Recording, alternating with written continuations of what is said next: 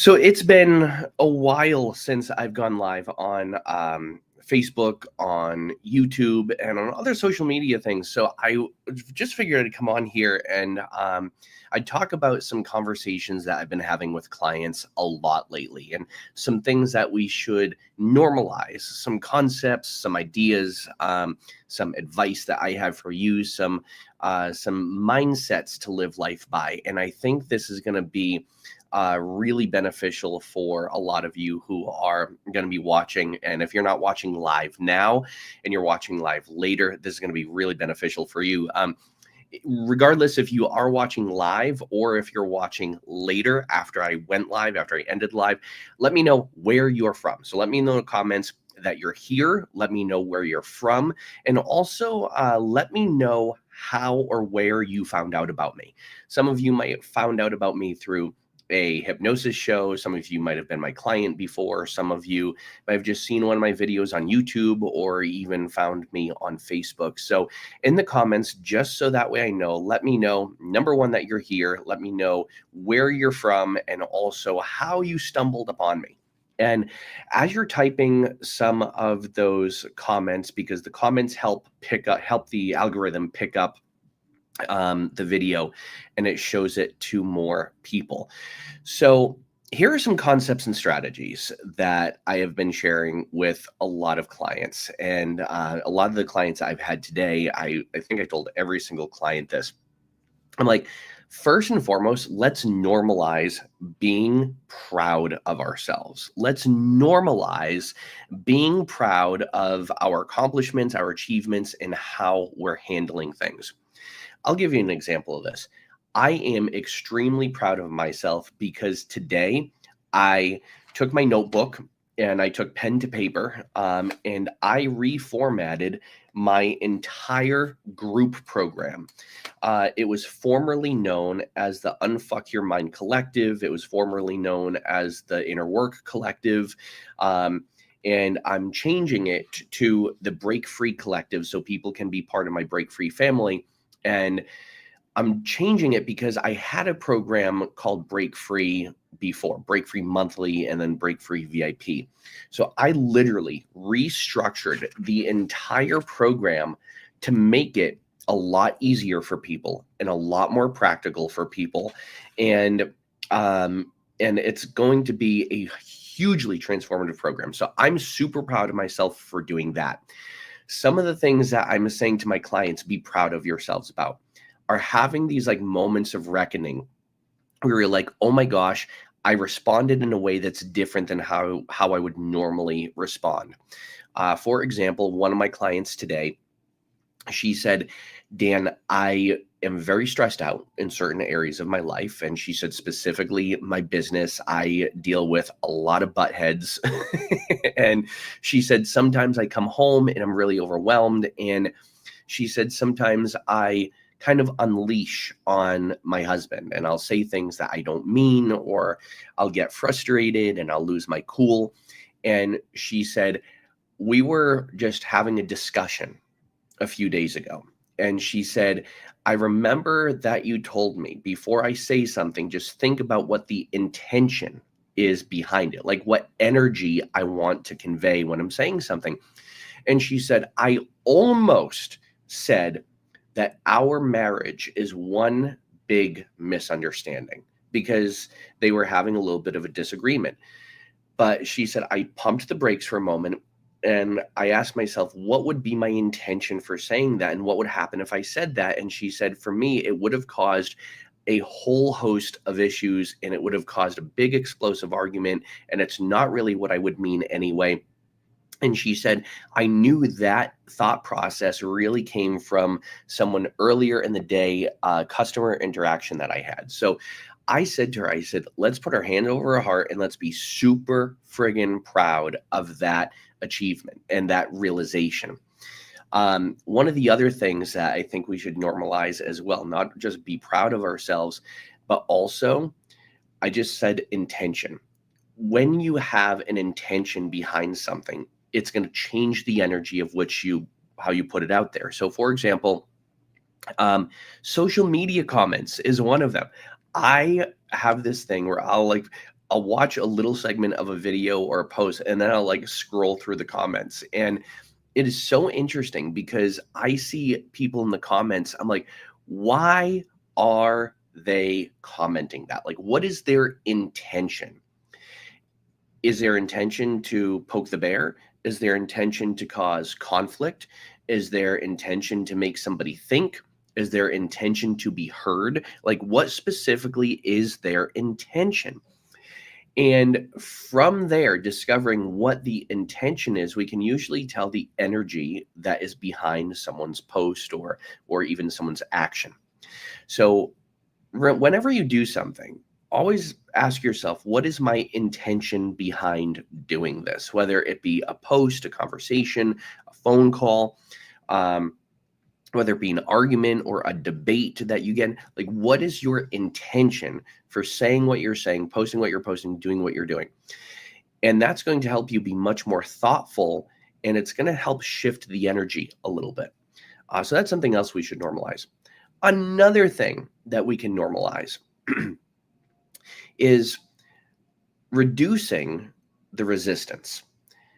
Many of us live in a constant life of avoidance. We're trying to avoid things, or we're living in a phase of have to. I have to do this.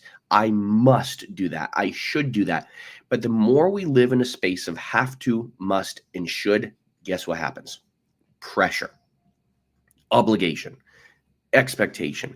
And when we have pressure, obligation, and expectation, that creates stress. And I think one of the main reasons as to why people are chronically stressed and depressed and overwhelmed and like feeling like they want to just bang their head up against a wall or bang somebody else's head up against a wall is specifically because they're living in the have to phase of life. So if you feel stressed, depressed, overwhelmed, or you feel one of those bang your head up against the wall moments, where in your life are you living in the have to phase of life? Like where do you have that have to mentality? And I don't think it's really a phase as much as it is a mentality, because I talk about this a lot and people say, well, how do I get from the have to phase to the choose to phase to the get to phase? Because I think there are these three phases, but I've been calling them mentalities because they're not really phases that we graduate to, they're more mentalities. And in the have to mentality, that's where there's stress, that's where there's pressure, that's where there's obligation, and that's where a lot of people are living incongruent with their values. So then there's the choose to mentality. The choose to mentality is empowering, it's inspiring, and it's also when we're in a space of flow because we're making choices that we feel more compelled to make, that we feel more congruent with. So I think we should normalize being more in the choose to phase, where we're making better choices that enable and empower us and that can serve our energy. So that way we feel more empowered, we feel more powerful, we feel more in control when we're making different choices. And a lot of people don't know this, but stress and anxiety is a choice. Just we're not taught that. People don't realize that. It's a choice and it becomes habitual. You might see two people that are going through the same experience, and one person will be suffering through it. They'll be struggling through it. They'll be stuck in that experience, and they are absolutely miserable. Yet there's another person who's going through the same experience, but they're not stuck in it. They're not suffering through it. They're not struggling through it. They're dealing with it. They're moving through it. And they're making choices that are consistent with them moving through it. And you might wonder, well, what is the difference between this person that's getting stuck in it and this person that's moving through it? The difference is the mentality that they have. And also, I think some of it boils down to skills and resources and knowledge, because knowledge is power. And a lot of people don't realize that they actually have a choice as to how they respond in certain situations where we can respond instead of constantly being in reactive mode. I have seen this play out in my life time and time again. I used to constantly be in reactive mode. And after doing a lot of the deep inner work that I help my own clients do, guess what? I got out of such reactive mode and I got into more responsive mode where I'll look at things and I'm like, you know what? I'm okay. I'm okay. I'm doing okay right now. And that's a really good mentality to have, is I'm okay, you're okay, or I'll be okay, you'll be okay. The next mentality, we talked about have to, we talked about choose to, get to. The get to mentality is where we are doing our best work, where we are operating fully in flow, and also where we are operating from gratitude, a place of appreciation, and a place of presence. That's why when I walk into my office, I am in my zone because I love being here. I love all of the clients that I'm working with. I love all of the people who are in my break free collective. And I love the work that we're all doing because it's not surface level crap. It's really deep work that we're doing. And I feel a sense of appreciation. And a lot of my clients feel that same sense of appreciation for the connection that we had. In fact, I just had this morning, I had a client that has been in my collective for over 2 years from Canada. And this morning, she had a session with me in person. All the other sessions have been group sessions and over Zoom. She had her first session with me in person, and she was all the way from Canada. It was completely by accident that this happened. She was supposed to have a Zoom session today, and she sent me a message, and she said, unfortunately, I'm not going to be able to make my Zoom session. I'm going to be in Rhode Island tomorrow in the US. And I'm like, where in Rhode Island? And she told me. I looked it up. I'm like, you're going to be less than an hour from my office. So instead of going to Rhode Island, she got a hotel right next to my office, came to my office early this morning, and we had an amazing session.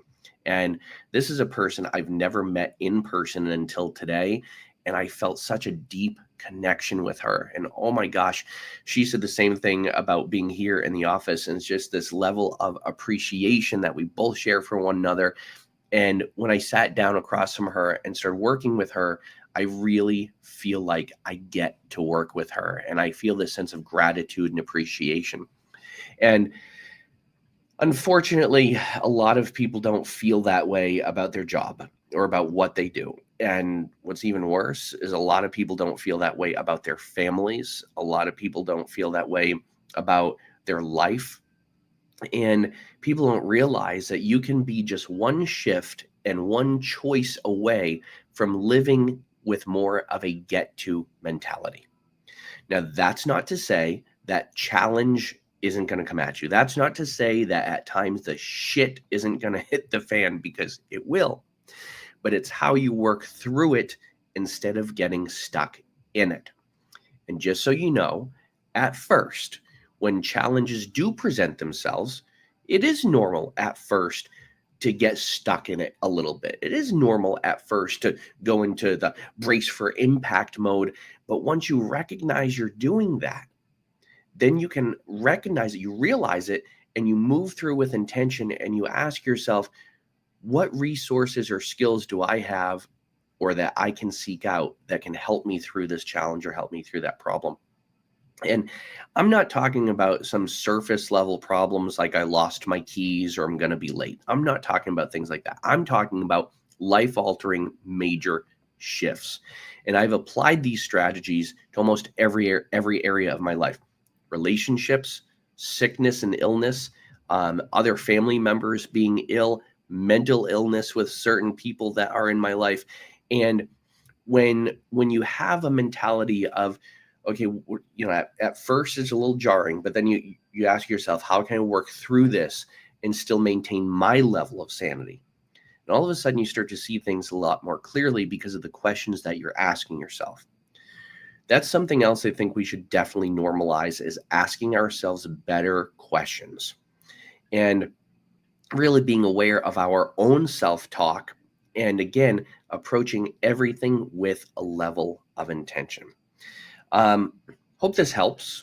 We've been going for about 15 minutes, and we've had a few people watching. So for those of you who watched live, thank you so much for tuning in. I don't expect everybody to watch the entire thing or even to stay for the entire thing, but for those of you who stayed through most of it, I really appreciate you. Leave me a comment and let me know a little bit about how this message resonated with you, or even if it doesn't resonate with you. I care, I really do, but not all things are going to resonate with all people. The things that I shared today, it's my experience and how I've been working with people, and a lot of the insights I've been making with a lot of my clients, a lot of the people in my collective, and in my group. I will be posting more about my collective as well, and some of the changes that I'm making, because I'm giving it a facelift. I'm super excited. It's going to be much easier on me. It's going to be much easier on the people who are joining the collective, and also the people who are currently in it. So I'm super excited about that. I'm also excited that I'm making some changes to my website and really just getting into flow, posting some more programs that could really benefit people. So I'm super excited about all the great things that are coming down the down the road. And I'm going to head out of my office now. I'm going to get in my Jeep that doesn't have doors. I don't have the roof on, and I'm going to ride in freedom, because that is one thing I look forward to every single day. Getting in my Jeep in the summertime, no doors, no roof. I blast my music and I just vibe. I vibe out. People see me and they're like, you looked like you were just like in your own world. I'm like, I am. When I'm in my Jeep, if I don't acknowledge you, I am so sorry. But when I'm driving, I am in my own world. So with that said, my friends, as always, be well, do good, be true to who you are, happy healing, and bye for now.